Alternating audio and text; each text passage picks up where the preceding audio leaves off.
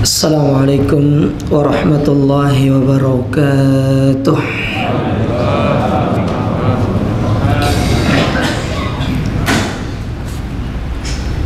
Alhamdulillahi rabbil alamin. Wa asyhadu an la ilaha illallah wahdahu la syarika lah. Wa asyhadu anna Muhammadan abduhu wa rasuluh. Allahumma anfa'na bima 'allamtana wa 'allimna ma yanfa'una wa zidna ilma. Kaum muslimin wal muslimat, para jamaah yang semoga senantiasa dirahmati Allah.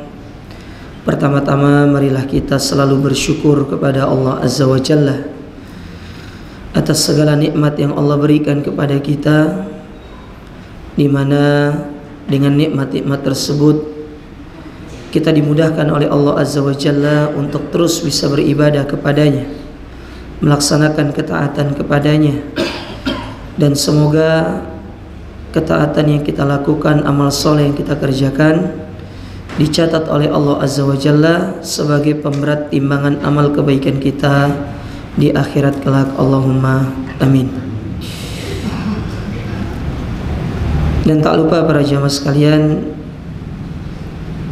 untuk terus bersolawat kepada Nabi kita yang mulia alaihi salatu wassalam, karena sejatinya manfaat solawat itu yang akan merasakan adalah diri kita. Orang-orang yang akan mendapatkan syafaatnya Nabi di hari kiamat, di antaranya adalah orang-orang yang senantiasa bersalawat kepada beliau. Maka ketika nama Nabi disebutkan, nama beliau disebutkan, jangan berat lisan kita untuk mengucapkan salawat kepada beliau. Dan salawat yang terbaik kepada Nabi SAW yaitu salawat Ibrahimiyah yang sering kita baca ketika kita tasyahud.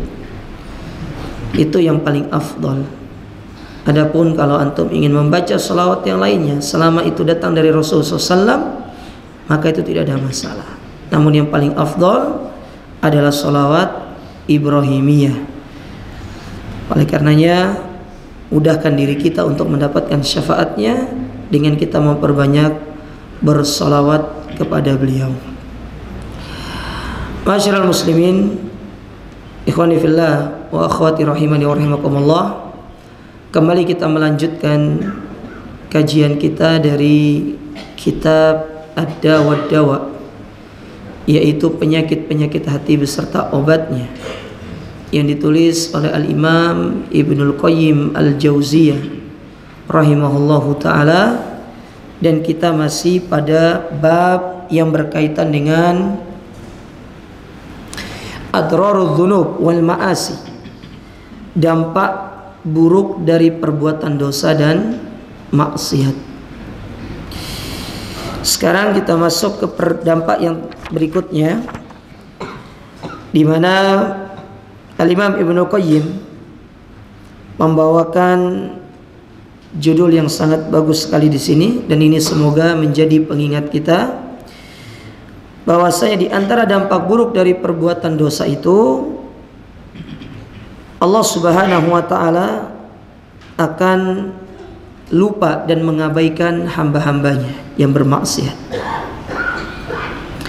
Jadi ketika kita bermaksiat, berarti kita sudah siap untuk diabaikan dan dilupakan oleh Allah Azza wa Jalla.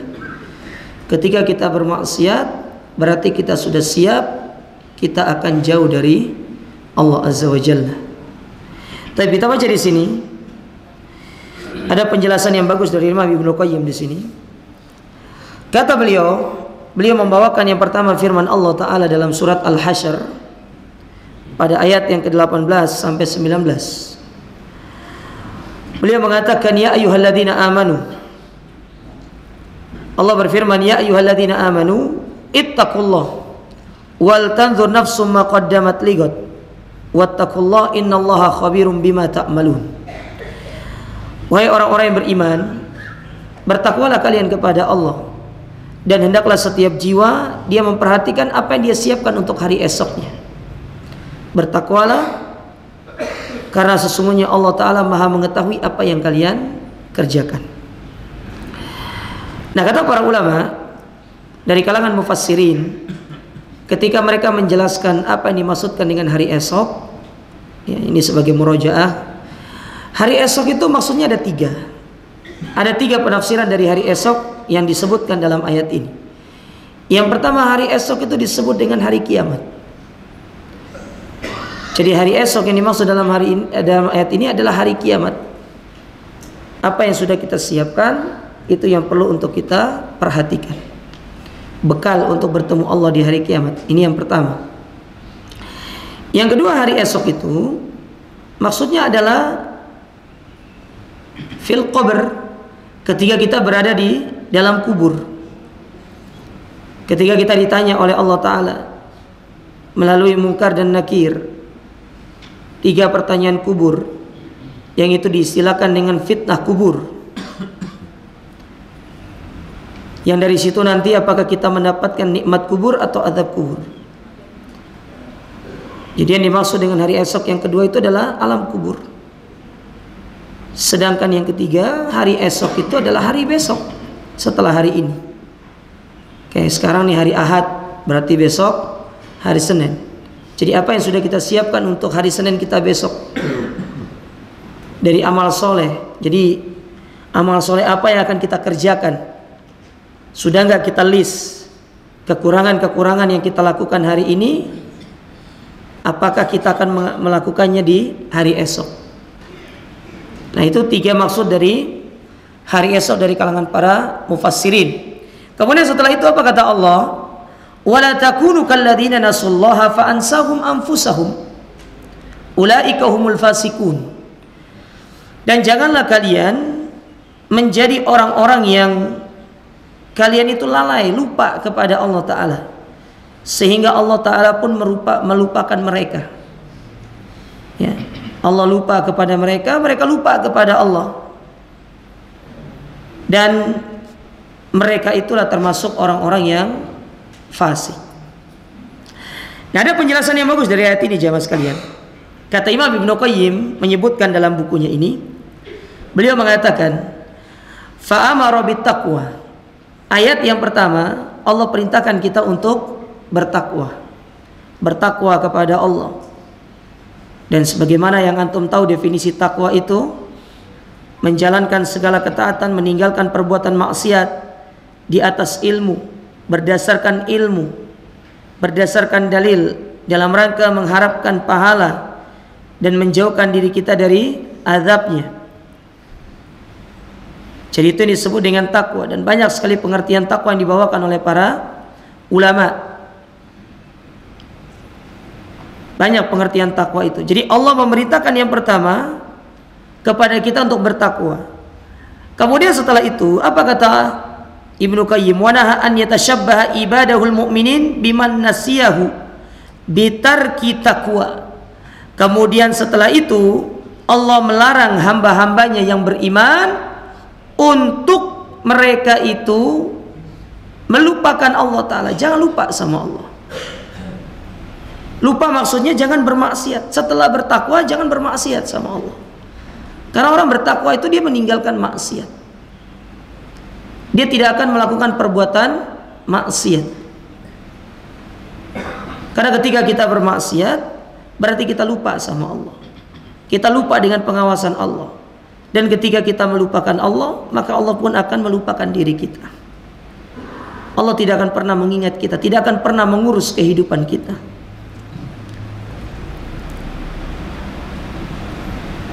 Wa akhbara annahu aqaba man taraka taqwa bi an ansahu nafsah. Dan setelah itu Allah mengabarkan kepada kita orang-orang yang meninggalkan takwa, berarti dia telah menjadikan dirinya lupa kepada dirinya sendiri dan lupa kepada Allah Subhanahu wa Ta'ala. Berarti kita sudah siap untuk diazab, sudah siap untuk dihukum, dan kebaikan-kebaikan akan luput dari diri kita. Sebagaimana poin-poin sebelumnya, orang kalau sudah bermaksiat, dia itu akan dijadikan lupa dari kebaikan-kebaikan ibadah. Dia lupa sholat, dia lupa untuk melakukan ibadah-ibadah yang lainnya. Dia akan lebih condong untuk menggampangkan ibadah tersebut, tidak lagi melakukan ketaatan kepada Allah. Sudah dia lupa semuanya. lupa dengan kemaslahatan bagi dirinya sendiri. Jangankan untuk memberikan kemaslahatan bagi orang lain, untuk dirinya sendiri saja Allah jadikan dia lupa. Jangankan untuk keluarganya, untuk istri, untuk anak-anaknya, untuk orang tuanya, untuk kerabat, untuk tetangganya, untuk dirinya sendiri dia tidak ingat untuk melakukan kebaikan itu.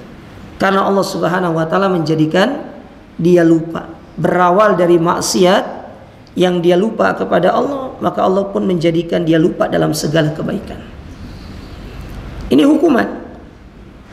Dan hukuman seperti ini lebih berbahaya daripada sekedar hukuman yang diberikan secara fisik kepada kita. Kalau orang diberikan hukuman secara fisik kemudian menjadikan dia tetap ingat sama Allah, ini baik. Bahkan banyak yang seperti ini, sehingga dia bisa kembali sama Allah. Tetapi hukuman yang berat itu, ketika dia bermaksiat, Allah tidak berikan hukuman fisik kepada dia, tapi Allah jadikan dia hatinya lalai, hatinya lupa sama Allah, hatinya tidak lagi ingat sama Allah. Ini jauh lebih berbahaya daripada sekedar hukuman fisik tadi. Karena Allah menjadikan hatinya itu menjadi hati yang tertutup dari segala macam kebaikan. Lihat orang baca Quran, tidak tergetuk hatinya, tidak tergerak hatinya. Padahal Allah mengatakan jelas-jelas dalam Al-Quran, innamal mu'minun idza dzukirallahu wajilat qulubuhum wa idza tuliyat alaihi ayatuhu zadatum imana wa ala rabbihim yatawakkalun. Jelas-jelas Allah mengatakan ayatnya. Tetapi kenapa kita ketika Allah disebutkan, nama-nama Allah diingatkan kepada kita, ayat-ayat Allah dibacakan, tidak tergerak hati kita, tidak ada rasa takut hati kita ketika disebutkan tentang neraka, tidak ada rasa pengharapan ketika Allah menyebutkan tentang surga dalam ayat-ayatnya, karena hati kita ini sudah dipenuhi dengan maksiat tadi. Allah jadikan kita lupa dari kebaikan itu, dan ini jauh lebih berbahaya. Jadi jangan kira hukuman fisik itu hukuman yang berat, tidak. Hukuman yang berat itu ketika seorang dijadikan hatinya lupa kepada Allah, ketika dijadikan dirinya itu tidak lagi mengingat Allah Subhanahu wa ta'ala. Oleh karenanya pernah disampaikan oleh Imam Ibnu Qayyim rahimahullah dalam buku beliau yang lain yang berjudul Saidul Khatir. Jadi beliau punya buku yang bagus-bagus ya. Di antara bukunya namanya Saidul Khatir, di mana ketika menukilkan riwayat tentang seorang pemuda yang datang kepada Hasan Al-Basri rahimahullahu ta'ala,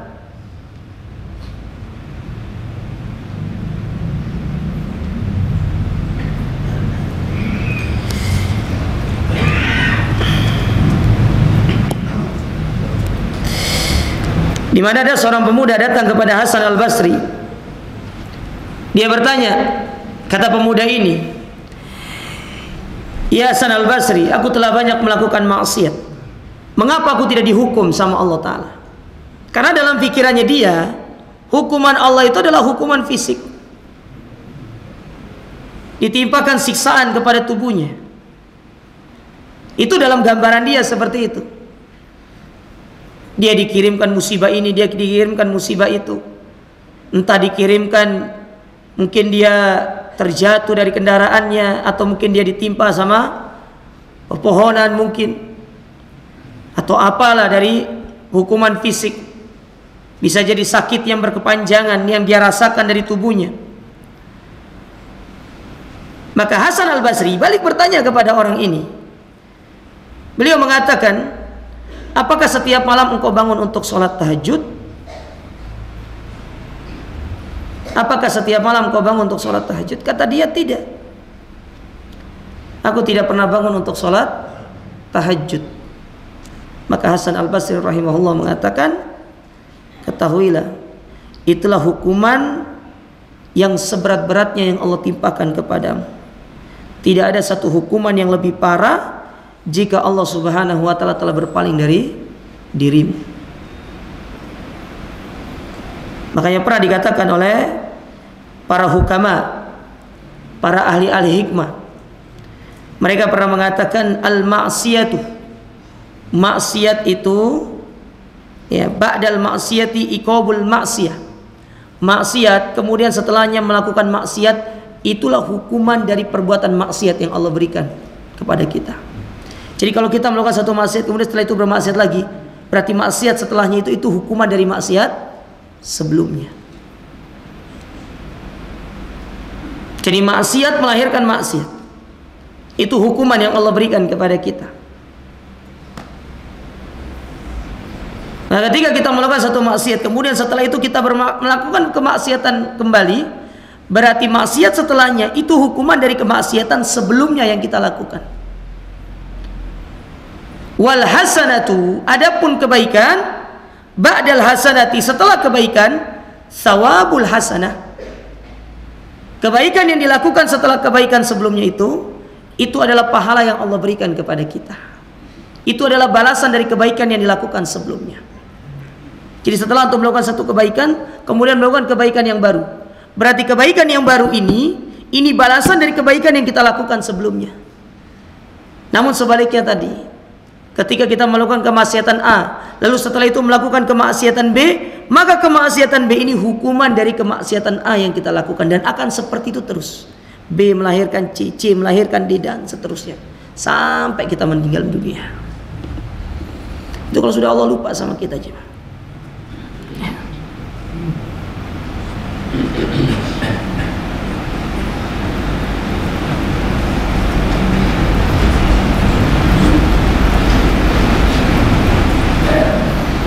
Maka jangan sepelekan masalah ini. Lalu kata beliau, kam uakibuka wa la tadri alaysa qad khurimta ala halawatil iman atau halawati manjani. Betapa banyak orang yang dihukum sama Allah tapi dia tidak sadar, dengan dicabut dari dalam dirinya, yaitu kenikmatan dia bermunajat kepada Allah Subhanahu wa ta'ala. Kenapa sholat itu kok tidak ada rasa nyamannya, tidak kita bisa merasakan kenikmatannya, tidak bisa merasakan kelezatannya? Karena Allah cabut kelezatan beribadah dari orang-orang yang melakukan perbuatan maksiat. Baca Quran tidak ada lezatnya, sholat tidak ada lezatnya, ya. Berpuasa tidak lagi mendapatkan kelezatan berpuasa itu, karena Allah cabut. Sebabnya karena perbuatan maksiat. Maka oleh karena itu, para jamaah sekalian, ada kata penyair yang bagus ya. Ini bagus sekali syairnya. Ya, semoga ini bisa menjadi nasihat buat kita ya. Kata seorang penyair, min kulli syai'in idza dayatahu iwadun. Segala sesuatu urusan dunia, kalau antum lalaikan, bisa jadi Allah memberikan gantinya. Ada gantinya. Kalau urusan dunia ada hal yang antum lalaikan atau antum tinggalkan, itu ada gantinya. Allah ganti. Bisa jadi itu yang lebih baik yang Allah ganti kepada kita. Wa ma minallahi in dayatahu iwadun. Tetapi kalau Allah yang antum lalaikan, nggak ada gantinya. Antum lalai kita lalai nih berzikir dari Allah Ta'ala, kita lalai dari beribadah kepada Allah, kemudian dari sebab itu kemudian kita bermaksiat kepada Allah, lalu Allah Ta'ala jadikan kita lupa kepadanya. Antum mau cari ganti kemana Allah Ta'ala itu? Terus kemudian Allah Ta'ala menjadikan kita berada dalam kelalaian tersebut, terus kita berada di dalam, kita lupa sama Allah sampai meninggal dunia. Jangan sampai nanti kalau kita meninggal kita gigit jari gini, ketemu sama Allah ya. Orang kalau sudah gigit jari ketemu sama Allah itu bahaya. Itu menunjukkan sebuah penyesalan yang tidak akan pernah berakhir. Antum menyesal di dunia masih bisa perbaiki. Menyesal tidak melakukan ini, masih ada kesempatan untuk memperbaikinya, untuk melakukannya. Menyesal melakukan demikian, masih ada kesempatan untuk kita memperbaikinya. Tapi menyesal di hari kiamat, antum mau lari kemana? Mau minta sama Allah Ta'ala, ya Allah aku ingin kembali ke dunia, ya nggak bisa. Terus minta sama Allah Ta'ala agar ya sudah seperti yang dikatakan oleh orang-orang kafir, ya laitani kuntu turaba, ya nggak bisa. Allah ciptakan kita dalam kondisi sebagai manusia. Dan segala apa yang kita kerjakan di muka bumi ini semuanya akan dihisab sama Allah, akan dibalas oleh Allah Ta'ala di hari kiamat. Dan Allah sudah memberikan jaminan masalah itu. Setiap apa yang kalian kerjakan, kebaikan, keburukan, semuanya akan dihisab, semuanya akan didatangkan, semuanya akan diperhitungkan sama Allah Ta'ala. Besar, kecil, keburukan, kebaikan, semuanya akan diberikan balasannya. Tidak ada yang dizalimi. Lihat contoh hadis pitokoh, hadis kartu itu. Seorang yang didatangkan oleh Allah Ta'ala tidak punya kebaikan. Bagi dia tidak punya kebaikan, karena saking banyaknya. Dia punya catatan 99 catatan, satu catatan sejauh mata memandang. Tapi di situ Allah ingin menunjukkan keadilannya. Dia punya kebaikan. Kebaikannya itu dia meninggal di atas kalimat tauhid la ilaha illallah, karena dia tidak pernah berbuat syirik kepada Allah. Maksiat iya, dosa besar iya, tetapi dia tidak berbuat syirik kepada Allah. Dia tidak pernah membatalkan keislamannya. Dia bertauhid kepada Allah Ta'ala. Dia meninggal ketemu sama Allah. Lihat catatannya yang banyak. Dia tidak bisa mengingkarinya. Malaikat tidak mungkin berbohong. Malaikat tidak mungkin berdusta. Ketika diberikan kesempatan untuk membela dirinya, apa kau mengingkari apa yang dicatat oleh malaikat ini? Ya. Oleh malaikat yang mengikutimu. Kata dia, tidak yang aku ingkari. Tidak ada yang aku ingkari. Apa yang aku ingkari? Ya. Tetapi kata Allah, engkau tidak akan dizalimi hari ini. Hari ini adalah hari keadilan, tidak ada kezaliman. Hukum Allah itu adil, jemaah. Adil sekali. Tidak ada yang bisa mengalahkan keadilan hukum Allah Ta'ala. Didatangkan kartu, tertuliskan la ilaha illallah. Karena saking banyaknya dilihat catatan dosanya, dia pun berkata kepada Allah, ya Allah, ya Rabb, ma hadhil bitaqah, ma hadhis sijilat. Kira-kira gimana ceritanya kartu kecil ini melawan 99 catatan dosa yang sangat banyak. Satu dosa itu sejauh mata memandang. Cuma Allah mengatakan, al-yauma la tudzlamu nafsak. Hari ini kamu enggak dizalimi, itu aja. Kamu tidak dizalimi hari ini. Subhanallah. Allah berikan kebaikan itu, dan ternyata kartu itu lebih berat daripada dosanya. Maksud saya, kita akan dihisab gitu loh jemaah. Apapun yang kita lakukan semuanya akan dihisab. Mau kebaikan, mau keburukan, sekecil apapun semuanya akan dihisab. Sehingga dari sini motivasinya, jangan melakukan keburukan sekecil apapun. Kalaupun kita terjatuh dalam keburukan yang tidak kita sengaja, segera kita tutup dengan kita beristighfar dan bertobat kepada Allah. Dan jangan pernah meremehkan kebaikan sekecil apapun, karena bisa jadi kebaikan yang kecil itu akan menghapus keburukan-keburukan yang kita lakukan sebelumnya. Di samping kita bertobat dan kita beristighfar kepada Allah tadi, bisa jadi karena salam yang kita ucapkan, senyum yang kita lemparkan kepada saudara kita membantu saudara kita dalam perkara-perkara yang sepele, itu sebab kita diangkat derajatnya oleh Allah Subhanahu wa Ta'ala, dihapuskan dosa-dosa kita. Kita tidak tahu. Bukankah Allah Nabi SAW menceritakan bagaimana seorang yang baru pulang berzina dia menolong seekor anjing yang kehausan. Dari pertolongan itu Allah mengangkat derajatnya. Tapi bukan berarti nanti Ustaz kita pulang zina dulu baru ketemu anjing kita cari anjing. Enggak gitu maksudnya. Ya. Pelajarannya di situ, lihat kebaikan yang dilakukan oleh orang tadi. Dan dia tidak memandang kebaikan itu kepada apapun. Dia mendapati anjing yang kehausan, dia lelahkan dirinya masuk ke dalam sumur, dia ambil air itu dikasihkan kepada anjing tersebut. Karena kebaikan itu Allah mengampuni dosa-dosanya. Allah masukkan dia ke dalam surga. Tapi sebaliknya, coba lihat kezaliman yang dilakukan oleh seorang pemilik kucing dengan mengurung kucingnya, tidak memberikan dia lepas, tidak membiarkan dia untuk mencari makan sendiri, tidak diberi makan, dikurung, akhirnya dia mati. Karena kurungan tersebut menyebabkan dia dimasukkan ke dalam api neraka.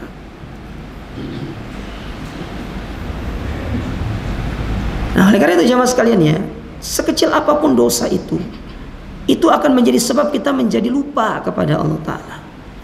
Jangan remehkan dosa itu. Kata seorang penyair, la tahqiranna saghiratan fa innal jibala minal hasa.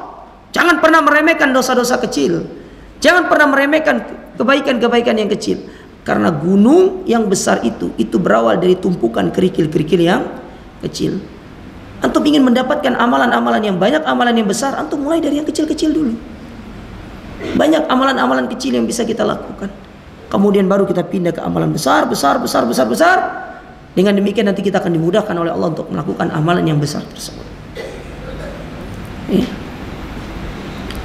Jadi para jamaah sekalian ya, jangan bermaksiat. Karena bermaksiat menjadikan kita lupa dan lalai kepada Allah Subhanahu wa taala. Kalau kita sudah lalai, kita sudah lupa kepada Allah, repot, sudah berat sudah jauh. Ya. Kenikmatan beribadah tidak akan pernah kita dapatkan. Kelezatan beribadah tidak akan pernah kita dapatkan. Ya. Kehusyuan dalam beribadah tidak akan pernah kita rasakan. Makanya bisa jadi ya selama ini kenapa baca Quran gak khusyuk, sholat gak khusyuk, ya kemudian juga ibadah-ibadah yang lainnya kita tidak bisa merasakan kehusyuan. Salah satu sebabnya bisa jadi karena perbuatan maksiat yang masih ada dalam diri kita. Bersihkan maksiat itu, dihilangkan. Jangan cuma pakaian tok yang dibersihkan. Kita kalau pakaian terkena najis, masya Allah, luar biasa. Padahal kebersihan hati, kata Ibnu Qayyim dan kata para ulama, itu aula, lebih utama min taharatil badan, daripada sekedar bersihnya tubuh kita. Antum pernah dengar hadis yang Nabi SAW mengatakan, rubba ash'ath akbar mad'ufun bil abwab law aqsama 'ala Allah la abarrah. Ada orang-orang dari kalangan manusia itu secara penampilan compang-camping, sembraut, ya rambutnya nggak karu-karuan, pakaiannya mungkin ya penuh dengan debu, sobek segala macam. Dia kalau mengetuk satu pintu ke pintu berikutnya nggak ada yang mau terima dia, nggak ada yang mau bukakan pintu untuk dia. Tapi kata Nabi SAW, lau aqsama 'ala Allah la abarrah.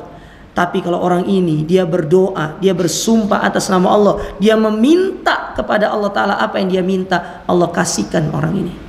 Kenapa demikian? Kata Nabi SAW, li'anna qalbuhu tahur. Hatinya bersih orang ini. Hatinya bersih. Bersih hatinya orang itu.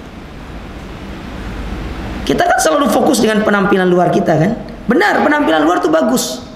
Apalagi untuk bertemu dengan Allah. Karena Allah menyuruh kita, Khudhu zinatakum inda kulli masjid. Ambil perhiasan terbaik kalian, berpenampilan dan dengan penampilan terbaik ketika bertemu Allah Ta'ala. Tatkala kita bertemu manusia kan penampilannya kita perhatikan tuh, luar biasa sekali penampilannya. Maka bertemu dengan Allah harus lebih baik daripada itu. Kita diperintahkan. Tetapi jangan pernah lupa, walibasut taqwa khairun.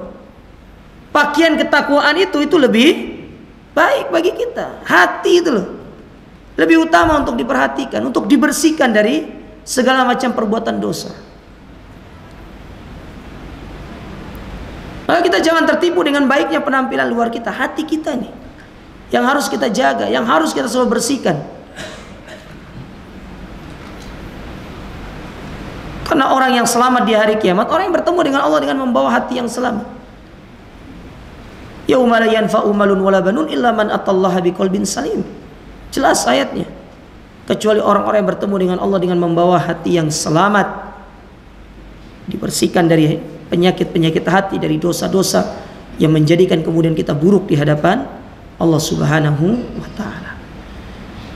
Nah, oleh karena itu para jamaah sekalian, mulailah hidupkan diri kita, hati kita ini dengan meninggalkan maksiat, sehingga Allah memberikan cahaya kepada hati kita. Mungkin bisa jadi kenapa ilmu itu tidak masuk ke dalam diri kita karena maksiat yang kita lakukan. Sebagaimana kata Abdullah bin Mubarak, beliau pernah mengatakan, ra'aitu dzunuba tumitul qulub fala yuritu dzulla idmanuha. Aku melihat ya dosa itu ya sebagai sebab mematikan hati, dan dia melahirkan kehinaan, dan cara untuk menghidupkan hati itu adalah dengan meninggalkan kemaksiatan kepada Allah Subhanahu wa ta'ala.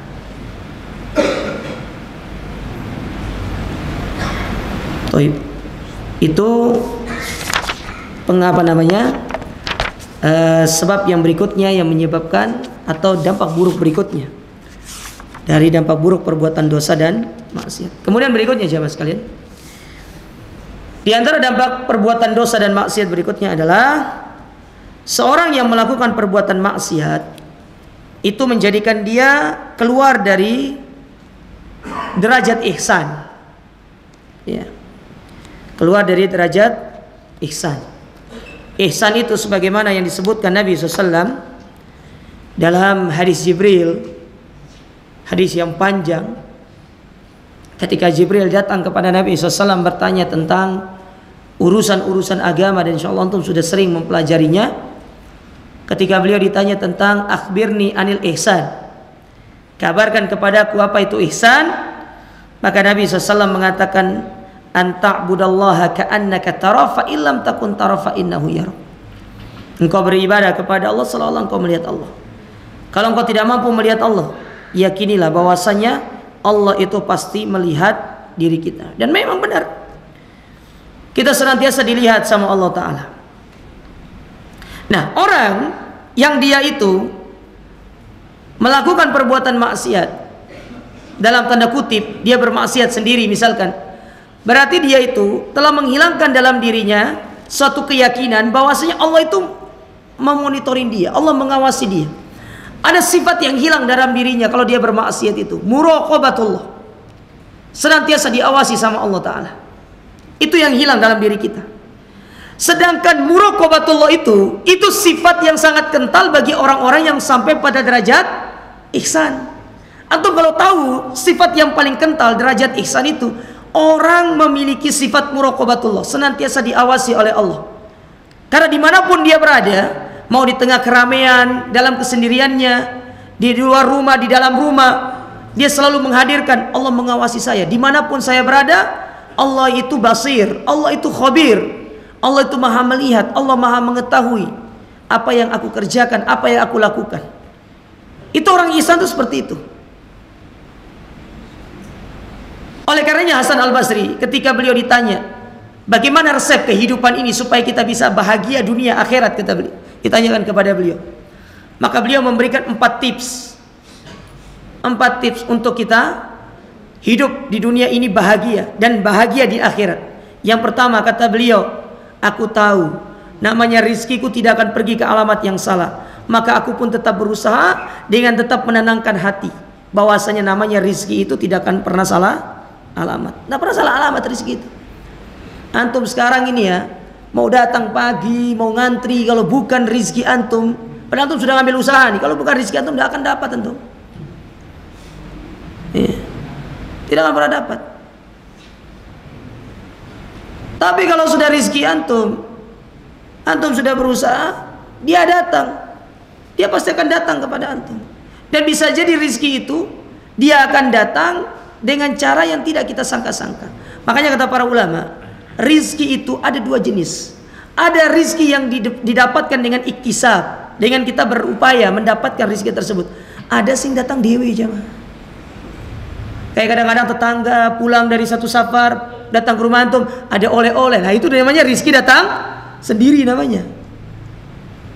Tapi ada yang diusahakan, kita bekerja, ya kita berdagang, ya kita berusaha, itu namanya diupayakan. Tapi ada yang datang sendiri, tiba-tiba datang aja. Dan itu disebabkan karena amalan-amalan tertentu. Contoh istighfar. Makanya kan Nabi mengatakan, man aktsara min istighfar ja'alallahu lahu min kulli hammin faraja wa min kulli dikin makhraja wa yarzuquhu min haitsu la yahtasib. Orang yang memperbanyak istighfar, Allah berikan kelapangan dalam setiap kesusahan, dalam setiap kesempitan. Allah berikan kemudahan dalam setiap kesusahan, dan Allah datangkan rizki dari arah yang dia tidak sangka-sangka. Maksudnya rizki yang tidak disangka-sangka, yaitu rizki yang dia tidak upayakan, tapi Allah yang mendatangkan rizki itu sama dia.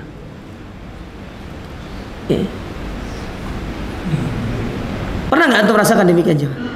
Nah itu namanya rizki yang tidak disangka-sangka namanya itu. Tiba-tiba orang telepon antum, assalamualaikum, anda mau transfer fulus ya? Nah, tiba-tiba, ya berharap aja punya seperti itu. Kita tidak ngerti ya. Ya banyak aja istighfar. Siapa tahu kita tidak ngerti. Setahun antum istighfar, setahun kemudian nanti antum ditolong, assalamualaikum. Ya, anda punya dana nggak tahu mau dipakai kemana? Gimana antum pergi haji furoda? Wah, ahlan wa sahlan gitu kan? Ahlan wa sahlan marhaban. Ada nggak untuk istri anda juga? Lu dikasih 1 minta 2. Iya. Nah itu gitu aja. Ya. Nah, yang kedua kata beliau, aku sadar bahwasanya dosaku itu tidak akan dipikul sama orang, atau amalanku tidak akan dipikul sama orang lain. Maka aku sibukkan diriku untuk beramal. Di dalam Al-Quran disebutkan tentang kaidah, kata para ulama, bahwasanya dosa yang dilakukan oleh seorang hamba, dia akan memikul dosanya sendiri, kecuali kalau dosa tersebut disebabkan karena orang lain. Maka orang yang menyebabkan terjadinya dosa tersebut akan memikul dosa orang yang melakukan. Alla taziru wizratu ukhra. Seseorang tidak akan memikul dosa orang lain. Antum tidak akan pikul dosa orang lain, kecuali kalau antum menjadi penyebab dosa itu dilakukan oleh orang tersebut. Contohnya, ada orang terjatuh dalam judi lantaran gara-gara antum. Meskipun antum tidak judi, tapi antum dapat dosa karena antum sebagai penyebabnya. Antum sebagai penyebab. Ya. Sebaliknya demikian, antum menyebabkan orang melakukan kebaikan, meskipun antum tidak melakukan kebaikan tersebut, antum dapat pahala. Jadi keburukan yang kita lakukan tidak akan dipikul oleh orang lain. Keburukan orang lain yang bukan kita yang menyebabkan, kita tidak akan memikul keburukan dia. Amalan tidak bisa diwakilkan, kecuali ibadah-ibadah tertentu. Seperti kalau antum masih hidup, antum minta sama anak antum, ya, Kak, tolong sholat untuk ayah. Ya, mungkin pahamnya kalau sholat untuk ayah berarti sholat jenazah aja mah. Antum disolatkan jenazah dah. Antum misalnya nitip ya sholat duhur ya 2 kali ya, satunya buat kamu, satunya buat ayah. Nggak ada ceritanya kayak gitu. Antum kira nitip itu kayak nitip lontong sayur apa? Ya udah, ibadah sendiri-sendiri. Maka kata beliau, aku sibukkan diriku dengan ibadah tersebut. Tidak mau kehidupan atau waktu yang beliau lakukan atau yang beliau jalani habis tanpa dia beribadah kepada Allah Ta'ala. Nah, lalu yang ketiga kata beliau, ini yang menjadi syahidnya, poinnya itu, aku sadar Allah itu selalu mengawasiku dan aku malu kalau Allah melihatku dalam kondisi bermaksiat. Orang kalau sudah sampai derajat ihsan itu, ya, dia akan memiliki sifat muraqabatullah, karena itu inti dari derajat ihsan, muraqabatullah. Dimanapun mereka berada, mereka selalu merasa diawasi oleh Allah Ta'ala. Lihat ketika Umar bin Khattab melakukan sebuah ronda malam lah, ya, bahasanya ronda malam, ya, jadi dulu tuh Umar sering melakukan ronda di malam hari, melewati satu rumah. Tibalah dia di sebuah rumah seorang wanita yang suaminya lagi dinas sebagai prajurit dinas. Didengar oleh Umar bin Khattab. Wanita ini dia berkata sendiri kepada bantal yang dia elus-elus, andai kata aku tidak takut kepada Allah Ta'ala, andai kata Allah tidak melihatku, mungkin niscaya setiap malam ini kasur, ini ranjang dia akan bergoyang. Karena suaminya nggak ada. Sementara dia butuh kepada nafkah biologis. Dia butuh kepada, dia diberikan nafkah oleh suaminya. Suaminya lagi dinas. Maka besoknya Umar bertanya kepada para sahabat, itu wanita itu istri suaminya dinas di mana? Kata sekretarisnya, dia dinas di Yarmuk. Yarmuk tuh jauh jemaah, ya utara sana, utaranya Medina. Kalau dari Medina ke Tabuk saja itu 750 kilo. Yarmuk tuh naik lagi, dekat ke Syam, dekat ke perbatasan Yordania Palestina sekarang itu, dekat ke situ Yarmuk itu. Bahkan dia masuk ke daerah Palestina itu Yarmuk. Jauh jemaah. Kita aja kalau naik bis itu capeknya, lelahnya, naudzubillah. Apalagi nih orang jalan kaki pakai kuda, jalannya masih bebatuan, bukan aspal. Nah, aspal masih enak, jalan kakinya tengah lurus. Ini enggak, batu, cadas, naik turun bukit. Belum lagi perjalanan panjang, hujan, dingin, segala macam. Akhirnya dirubah peraturannya. Kita rubah, jangan lama-lama dinas itu. Sekian, setelah itu ganti, supaya istri mereka yang di rumah ini tinggal itu tidak kesepian. Coba lihat wanita tadi, apa yang menyebabkan dia itu tidak bermaksiat kepada Allah Ta'ala? Muraqabatullah. Dia diawasi oleh Allah Ta'ala. Dia diawasi sama Allah, bukan diawasi sama Umar. Sama seperti kisah penjual susu yang kemudian putrinya itu dinikahkan sama anaknya Umar bin Khattab itu. Dinikahkan sama Asim. Yang kemudian dari garis keturunan itu nanti lahir Umar bin Abdul Aziz. Ketika ibunya menyuruh dia malam-malam hari ini, besoknya mau jualan ke pasar penjual susu, putrinya disuruh campurkan air susu ini biar banyak. Pertama dikatakan sama putrinya, gimana kalau Amirul Mukminin tahu? Kata ibunya, Amirul Mukminin tidak tahu. Dia tidak ada di sini kok. Padahal Amirul Mukminin mendengar di situ. Dia nguping. Dari sini pelajarannya, boleh penguasa itu menguping rakyatnya, tapi rakyat nggak boleh menguping penguasanya. Itu kata para ulama. Didengar. Nah, kata ibunya, Umar nggak tahu. Diganti pertanyaan sama anaknya. Oke lah, Umar nggak tahu, tetapi Tuhannya Umar tahu. Umar mungkin nggak tahu, tapi Tuhannya Umar tahu. Nggak jadi dicampurkan. Nah, di sini pelajarannya, yang pertama ada dua aja, ada dua. Yang pertama, pelajaran dari kisah tadi, si ibu itu karena dia bertakwa sama Allah Ta'ala, ketika dia ingin melakukan maksiat, diingatkan Allah Ta'ala tentang diingatkan tentang Allah dirinya, dia jadi ingat, dia tidak jadi bermaksiat kepada Allah. Itulah maksud dari firman Allah, idza dzukirallahu wajilat qulubuhum. Apabila diingatkan tentang Allah, dia berhenti bermaksiat. Sedangkan yang kedua, wanita tadi, putrinya, dia punya muraqabatullah. Dia diawasi sama Allah Ta'ala, sehingga dia tidak mau bermaksiat yang disuruh oleh ibunya itu. Keesokan paginya dilamar sama Umar bin Khattab untuk putranya Asim itu.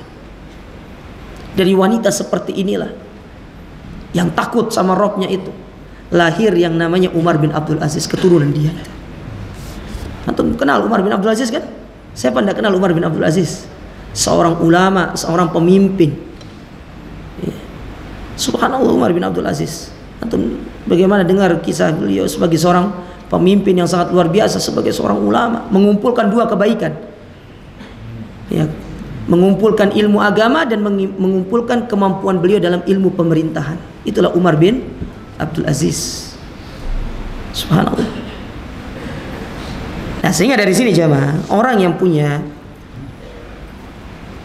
rasa takut kepada Allah, dia masuk ke dalam derajat ihsan. Tapi kalau orang sudah bermaksiat, berarti dia telah mengeluarkan dirinya dari derajat ihsan tersebut.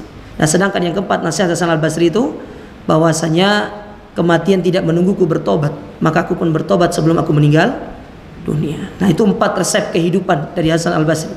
Kalau antum ingin bahagia dunia akhirat, antum jalankan jalan. Ya, rizki serahkan sama Allah. Yang penting kita berdoa dan berusaha. Ingat, yang betul itu doa dulu baru usaha, bukan usaha dulu baru doa. Itu diambil dari firman Allah Ta'ala, wa fis sama'i rizqukum wa ma tu'adun. Rizki kalian itu di langit. Gimana caranya supaya yang di langit itu turun? Ya doa. Gimana antum cari sesuatu yang gak ada di dunia ini? Ya antum suruh turunkan dulu dari Allah Ta'ala, baru antum cari. Maka yang benar konsepnya itu doa dulu baru cari. Itu yang benar kata para ulama, berdasarkan firman Allah tadi. Dan yang kedua, ya, bahwasanya kita tidak akan, atau orang lain tidak memikul ibadah kita, maka kita harus sibuk sendiri dalam ibadah ini. Apalagi usia kita jemaah, ya, usia kita yang sudah semakin menipis, ya. Kemudian berikutnya, ya, hadirkan muraqabatullah dalam diri kita, karena itu yang akan menjadikan kita senantiasa menjauhkan diri kita dari perbuatan maksiat. Kemudian yang keempat, ya, terakhir, bahwasanya kematian tidak menunggu kita bertobat, maka kita yang harus aktif untuk bertobat kepada Allah Ta'ala. Jangan sampai nyawa sudah sampai kerongkongan kemudian baru tobat, itu tidak akan diterima sama Allah Ta'ala. Karena tobat orang yang nyawanya sampai kerongkongan, kata para ulama, itu kepokso jemaah. Ya nggak ada lagi caranya, dia mau mati kok, nggak ada cara nih untuk selamat ini, harus tobat, sudah tidak diterima sama Allah. Ya, tidak diterima sama Allah Subhanahu wa Ta'ala. Oleh karenanya, tinggalkan maksiat agar kita selalu berada dalam ihsan. Tinggalkan kemaksiatan agar Allah Subhanahu wa Ta'ala tidak melupakan kita dan senantiasa memberikan kebaikan kepada diri-diri kita. Wallahu a'lam bishawab. Ini sekiranya yang bisa kita ambil pada jamaah sekalian. Saya kasih satu kesempatan mau bertanya. Ada yang mau bertanya?